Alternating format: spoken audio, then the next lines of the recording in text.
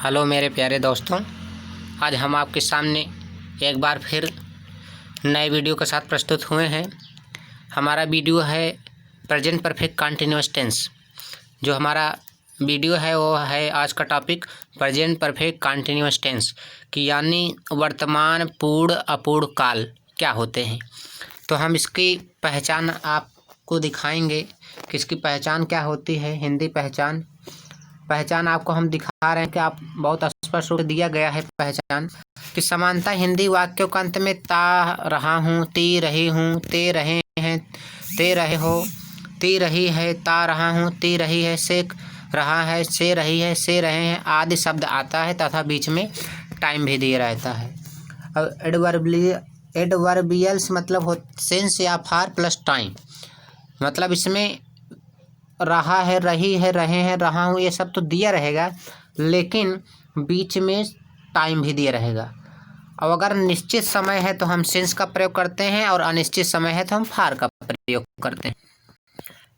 इसलिए helping verb होती है सहायक क्रिया, एक वचनकर्ता के साथ हैज बीन लगती है और बहुवचनकर्ता के साथ हैव बीन लगती है। और मुख्य क्रिया में जो हमारी मेन वर्ब होती है, मुख्य क्रिया का पहला रूप लिख करके आईएनजी जोड़ देते हैं। फिर कह रहा है नोट में आपको नीचे दिया गया है कि निश्चित समय के लिए सेंस और अनिश्चित समय के लिए फार का प्रयोग करते हैं। फिर इसका हम अफर्मेटिव सेंटेंस जानेंगे यानी कि सिंपल सेंटेंस जानेंगे। जो इसका सिंपल सेंटेंस होता है वो फार्मूला क्या होगा, सब्जेक्ट होता है, हैज या हैव होता है, प्लस बीन होता है, main verb of first form plus I N G plus object plus since या फार प्लस टाइम होता है। अब इसका हम एग्जाम्पल देखेंगे बहुत ध्यान से। मैं हंसता रहा हूँ, आई हैव बीन लाफिंग, मैं हंसता रहा हूँ। अब कह रहा है हम लोग सुबह से टहल रहे हैं।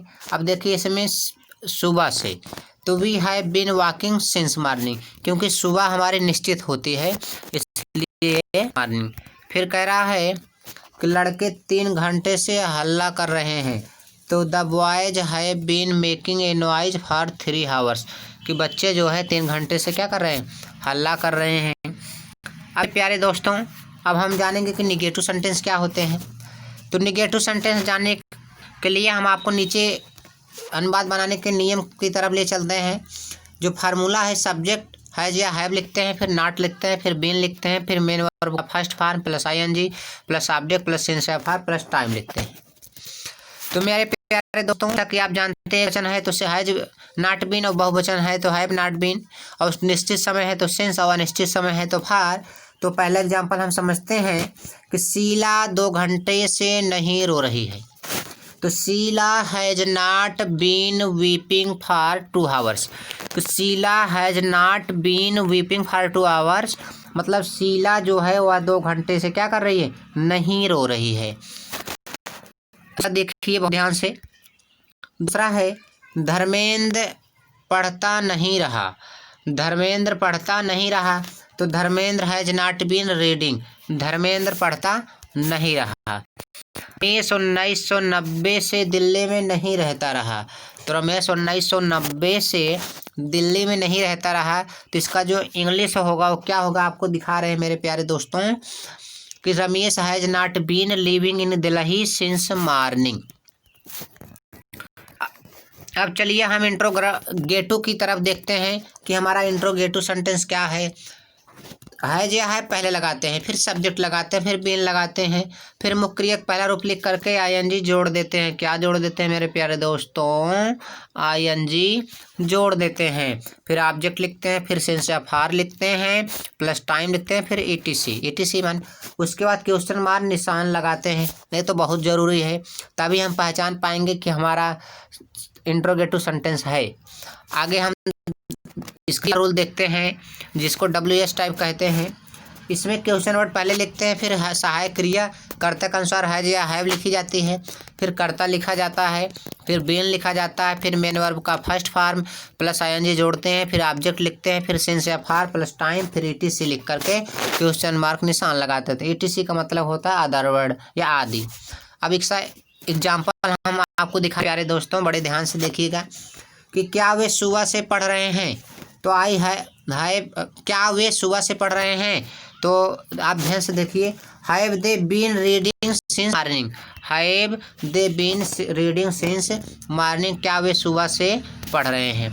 अब कह रहा राम से क्यों तैयारी कर रहा है?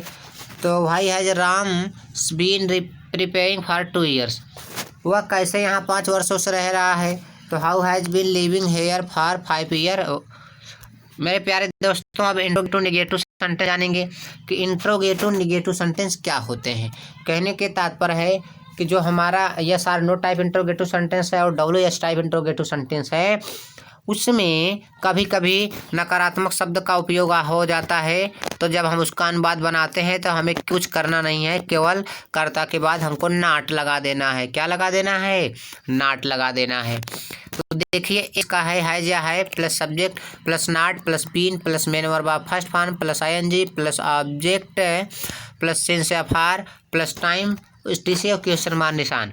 ये तो हमारा रोल हो गया।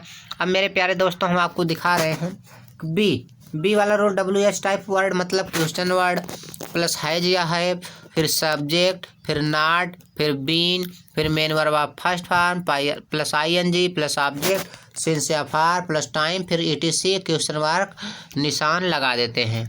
तो मेरे प्यारे दोस्तों, हम अनुवाद की तरफ चलते हैं। बड़े ध्यान आप समझिए कि हम कैसे नहीं टहल रहे हैं। तो how have we not been walking since morning, हम कैसे सुबह से नहीं टहल रहे हैं। तो हम कैसे सुबह से नहीं टहल रहे हैं, तो हाउ माने have we not been walking since morning. दूसरा प्यारे दोस्तों, तुम 2 साल से पढ़ क्यों नहीं रहे हो? तो देखिए, why have you not been reading for 2 years. तीसरा है मेरे प्यारे दोस्तों कि रोहन मंगलवार से विद्यालय क्यों नहीं जा रहा है? तो why has Rohan not been going to school since Tuesday. तो धन्यवाद स्टूडेंट, ये प्रेजेंट परफेक्ट टेंस खत्म हुआ। अब कल हम आपको पास्ट टेंस यानी भूतकाल क्या होते हैं उसके बारे में पढ़ाएंगे। तो आज के लिए बस इतना ही।